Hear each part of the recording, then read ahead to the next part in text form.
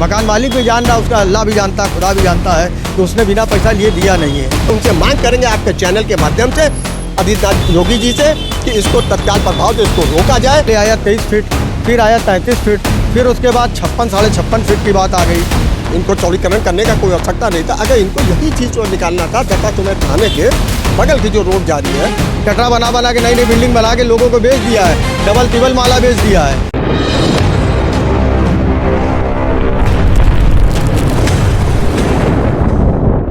इस वक्त हमारी मौजूदगी दाल मंडी में है और दाल मंडी में जो लोग स्थानीय जो लोग हैं वो यही इस समय कह रहे हैं, भले ही वो दबे जुबान में वो कह रहे हैं वक्त वक्त की बात है, कभी वक्त तेरा कभी वक्त मेरा।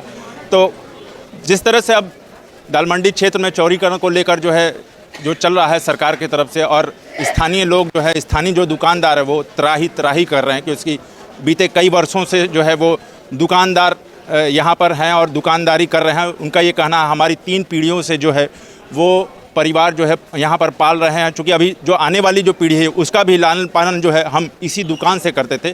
तो ऐसे में जो सरकार की तरफ से जो है 20 सड़क से 17 मीटर उधर और 20 सड़क से 17 मीटर उधर जो है चौड़ीकरण की प्रक्रिया की जा रही है। हालांकि आप देश ही नहीं विदेश से भी लोग जो है दाल मंडी क्षेत्र में आते हैं, चूँकि काशी विश्वनाथ मंदिर में दर्शन करने के बाद दाल मंडी क्षेत्र का अगर आप आए होंगे तो इस क्षेत्र में देखे होंगे कितनी तंग गलियाँ हैं। तंग गलियों के होने के बावजूद भी यहाँ पर कंस्ट्रक्शन का काम यानी तोड़ फोड़ सरकार के द्वारा की जा रहा है। हमारे साथ एक स्थानीय लोग मौजूद हैं, हम उनसे जानेंगे। ये बताइए, अब लोगों की रोजी रोटी छीन गई है, आज पूरा दाल मंडी क्षेत्र जो है पूरा कटरा गिरा के मतलब शटर गिरा कर जो है आज तालाबंदी कर दी गई। नहीं, तालाबंदी के बाद नहीं, कल जो है उसका ध्वस्तीकरण किया गया। इन्होंने जो है मकान मालिक जो है लक्ष्मी कटरा था, लक्ष्मी कटरा ने 1 करोड़ 10 लाख रुपए का उन्होंने गवर्नमेंट को लिखित दे दिया, रजिस्ट्री कर दिया।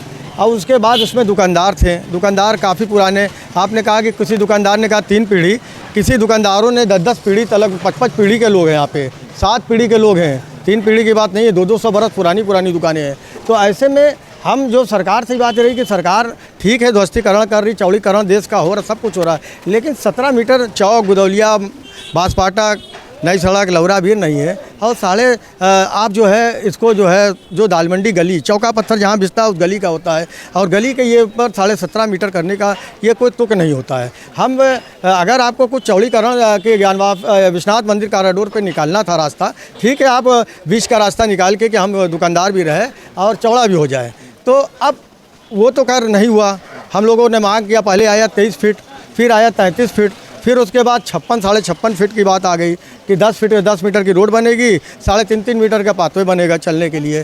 तो पाथवे चौक में बन रहा था, वो ख़त्म हो गया, नहीं बन रहा था। तो अब ऐसी जगह आप हम करें 10 मीटर की रोड ही बनती तो कम से कम इतना तो रहता कि दुकानदार भी रहता, रोड बन जाती। लेकिन हम अब सरकार ने कर दिया। सरकार, अब बताइए, लोगों ने बहुत महंगी दुकानें खरीदा है, रजिस्ट्री नहीं कराया है, लेकिन उन्होंने पगड़ी दिया है। मकान मालिक भी जान रहा, उसका अल्लाह भी जानता, खुदा भी जानता है कि उसने बिना पैसा लिए दिया नहीं है। अपनी दुकान किसी को आजकल तो एक ठेला लगाई भी वो कोई अपने आगे लगवाता है तो पैसा लेता है, लेकिन आपने पैसा लेने के बाद आप अपनी निगाह इसी तरीके फेर ले रहे हैं। अभी आपने 1 करोड़ 10 लाख रुपया लक्ष्मी कटरे वाले मिला उनको, अगर वो चाहते तो अपना ही दुकानदार को कि भैया आप गवर्नमेंट नहीं दे रही है, हम ही आप लोग को दे रहे 5-5 लाख रुपया, 60 लाख हम रख ले रहे हैं, 50-55 लाख रुपया हम ही दे रहे हैं आप लोगों को। तो आदमी को सोचता है कि चलो भाई हमारा मकान मालिक ने कुछ दिया। मकान मालिक क्या करेगा? मकान मालिक तो मतलब दोनों हाथों से लाचार है। नहीं, तो मकान मालिक ने दूहन कर लिया है, दूध गाय से दूध लिया है, भैंस से दूध लिया है, पैसा लिया है, आगे का हिस्सा उसने अपना जो है कटरा बना के नई बिल्डिंग बना के लोगों को बेच दिया है, डबल टिबल माला बेच दिया है। हम ही नहीं कहते हैं, लेकिन अगर आपका ज़मीर नहीं मरा है तो कम से कम उस दुकानदारों को, गवर्नमेंट को भी चाहिए कि कम से कम अपना सरकार भी, अगर योगी आदित्यनाथ जी से आपके चैनल के माध्यम से कहना चाहते हैं कि अभी भी दुकानदार, काफ़ी दुकानदार लोग हैं, उनको कुछ ना कुछ उनको दुकानदारों को दे दे, कहीं ना कहीं अपना झोपड़ा, कहीं ना कहीं अपनी रोजी रोटी एक अपना गुजर बसर कर ले, ताकि मतलब उनके बाल बच्चे भूखे ना मरे। आजकल के अब ये जो 5-10 दुकान टूटी है, यकीन मानिए जाके देखिएगा वो कल से रोज़ा रखे हुए हैं कि कब हम अपना रोज़ा तोड़ेंगे। तो आप समझ लीजिए कि जो आदमी किसी के चली गई रोजी रोटी, जो अपने माँ बाप भाई बहनों की शादी करना तब इसी दुकान से चला रहा है, किसी का तो 1 रुपया गिर जाता है तो उसके आँख के नीचे दे रहा है, तो उसकी तो पूरा एक कारोबार चला गया। सैकड़ों की दुकान यहाँ पे है और बीते कई पीढ़ियों से मतलब बाप दादा की जो पीढ़ियाँ होती थी वो जो है अब एक तरीके से अब मायूसी देखी जा रही है, बंद भी किया जाता है। जैसे मैंने कहा कि वक्त वक्त की बात है, कभी तेरा कभी मेरा। तो क्या लग रहा है, अब आपका भी वक्त आगे आएगा या अब आपका वक्त खत्म? नहीं, वक्त अभी हमारा है। ये जानबूझ के इसको जो है एक तरफ ये देखा जाता है कि इनको जो है ये दाल मंडी की कोई आवश्यकता नहीं थी, इनको चौड़ीकरण करने का कोई आवश्यकता नहीं था। अगर इनको यही चीज़ जो निकालना था, दशाश्वमेध थाने के बगल की जो रोड जा रही है उसमें मात्र हमको लगता है 10 से 15, 20, 25 से दुकान जाती।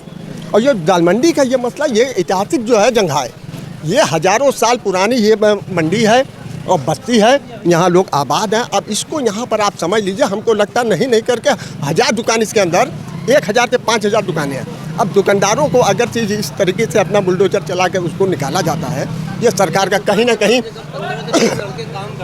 समझ लीजिए। आपको मैं ये बता दूं कि एक दुकान में कम से कम किसी एक दुकान में एक स्टाफ है, कहीं 4 है, कहीं 10 है।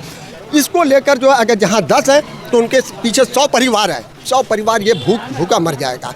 तो इसको जो उत्तर प्रदेश सरकार आदित्यनाथ योगी जी को इस बात को सोचना चाहिए कि हाँ, हम किस जगह कहाँ पर हमको क्या कार्य करना है, ये सीधा उनको अटैक करना चाहिए और इसको तत्काल प्रभाव से इसको रोकना चाहिए। कुछ लोग ये कह रहे हैं कि मतलब सिर्फ यहाँ अधिकतर मुस्लिम समुदाय के लोग रहते तो इसीलिए कार्रवाई हो रही है, क्या ऐसा है क्या? क्योंकि मैंने देखा है यहाँ हिंदू मुस्लिम के दोनों लोग की ये तो देखिए ऐसे दोनों लोग हैं, लेकिन ऐसा कहीं नहीं है कि हाँ हिंदू मुस्लिम देख कर किया जा रहा है। लेकिन जो भी हो रहा है ये किसी एक गरीब आदमी को इसको उजाड़ने का काम किया जा रहा है।